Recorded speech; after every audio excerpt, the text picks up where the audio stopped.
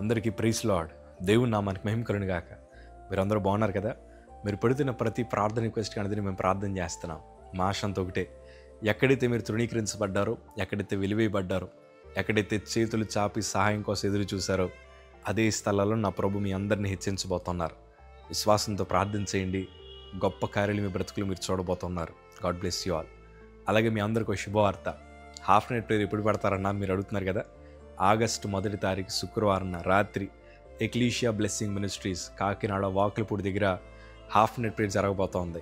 మీరు సమీపంగా ఉంటే తప్పకుండా మీరు రండి, మేము మిమ్మల్ని చూసుకుంటాం. అలాగే మీ కాకినాడలో ఎవరైనా ఫ్రెండ్స్ ఉంటే వారందరికీ ఇన్ఫామ్ చేయండి.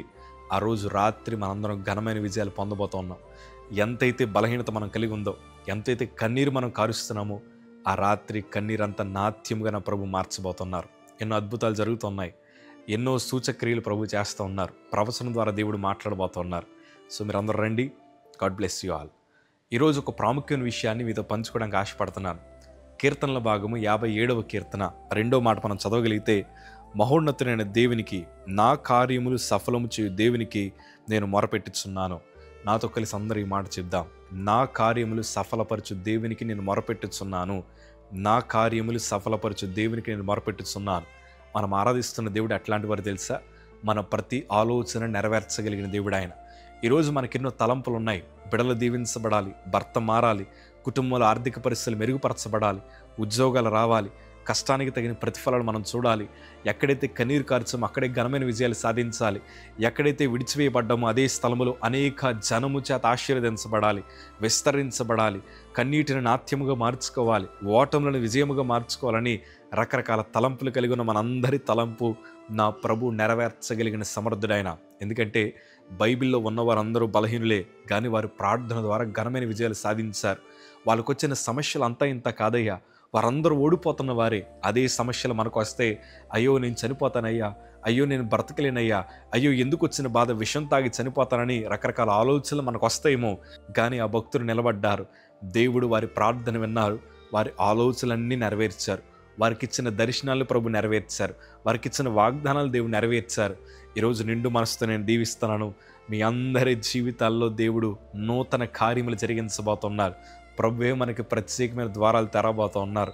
ఈ మాట ఇంత సంతోషంగా, అంత ధైర్యంగా ఎందుకు చెప్పగలుగుతున్నానంటే, 2014లో నా కాళ్ళు సన్నగిల్లిపోయాయి, చర్మము ఎముకలకు అతుక్కుపోయింది, 23 కేజీలకు వచ్చేసాను. ఒంటి మీద అసలు కండ కూడా లేదయ్యా, మొత్తం ఎముకలకు చర్మం అంతా అతుక్కుపోయింది. నన్ను చూసి మా అమ్మమ్మ గారు చాలా టెన్షన్ పడ్డారు. ఎంతో కలవరం వచ్చేసింది మా అమ్మమ్మ గారికి. నా కాళ్ళ దగ్గర పడి నా పాదాలను పట్టుకొని కన్నీరు కారుస్తూ ఆ కన్నీటి బొట్టు నా కాళ్ళ మీద పడ్డం నాకు తెలుసు. మా అమ్మమ్మ గారు ప్రభు దగ్గర అడిగిందంతా ఒకటే, అయ్యా నా మనవడి కాళ్ళు లేడి కాళ్ళు వల్లే నీ స్వార్థ కోసం పరిగెట్టాలి, అంత గొప్ప బలాన్ని దయచే ప్రభు అని ఆ శోధన మధ్యన, ఆ బలహీనత మధ్యన ప్రార్థించారు.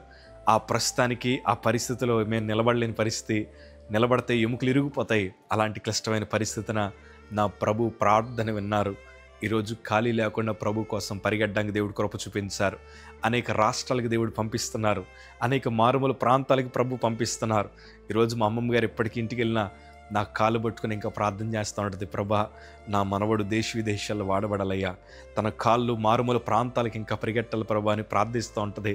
నాకెంత సంతోషం అంటే, దేవుడు కార్యములను సఫలపరచగలిగిన దేవుడు, దేవుడు ప్రార్థనలను నెరవేర్చగలిగిన దేవుడు ఆయన. అంత గొప్ప దేవుడు మనకుండగా ఇంకెందుకు అవి భయపడతాం? తల్లి ఇంకెందుకు భయపడతావు? వెంటనే మోకాళ్ళేసి ప్రార్థించు. దేవుడిని ఆలోచనలు నెరవేర్చగలిగిన దేవుడు ఆయన. God bless you.